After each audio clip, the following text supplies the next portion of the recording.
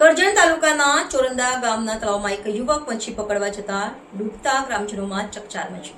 સૂત્રોની મળતી માહિતી મુજબ કરજણ તાલુકાના ચોરંદા ગામે એક યુવક જેનું નામ મુકેશ વસાવા ઉંમર વર્ષ આશરે 36 છે, જે ગઈકાલે સાંજે આશરે 4 વાગ્યાની આસપાસ ચોરંદા ગામના તળાવમાં મચ્છી પકડવા તળાવમાં ઝાડ નાખવા જતા તળાવમાં ગરકાવ થતા તળાવ કિનારે બે યુવકોની નજર પડતા બુમરાણ કરી મૂકતા ગ્રામજનો ટોળા ઉમટી પડ્યા હતા। ગ્રામજનો દ્વારા સ્થાનિક તરવૈયા દ્વારા યુવકની બોડી શોધવાનો પ્રયત્ન કર્યો હતો, પરંતુ મુકેશ વસાવાની બોડીનો કોઈ પત્તો ન લાગતા આખરે ગ્રામજનો દ્વારા કરજણ પોલીસ તેમજ કરજણ ફાયર સેફટીને જાણ કરવામાં આવી હતી। કરજણ પોલીસ તાત્કાલિક ઘટના સ્થળે દોડી ગઈ હતી, પરંતુ કરજણ ફાયર સેફટી રાત્રે મોડું અને અંધારાના કારણે બીજા દિવસે એટલે કે આજે સવારે ઘટના સ્થળે આવી યુવકની બોડીની શોધખોળ આરંભી હતી, પરંતુ આશરે ઘટનાના 20 કલાકો છતાં યુવકની બોડી હજુ સુધી મળી નથી। કરજણ ફાયર દ્વારા હજુ પણ યુવકની બોડી શોધવાના પ્રયત્ન ચાલુ છે।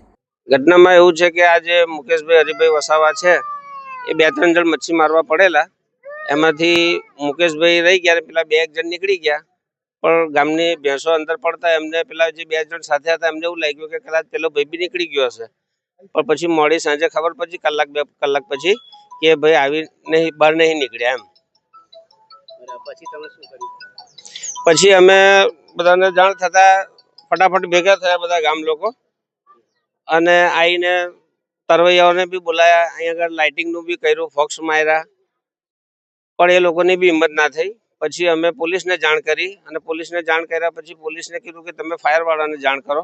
પછી ફાયરનો કોન્ટેક્ટ કર્યો, પછી એમનો નંબર લીધો, એમને વાત કરી, તો પણ રાતનો લગભગ 10-11 વાગી ગયેલા। એટલે પછી એ લોકોએ એવું કીધું કે અમે સવારે 7-7:30 વાગે આવીશું, અત્યારે તો એમ કે ઓપરેશન નહીં થાય રાતના લીધે, અંધારાના લીધે।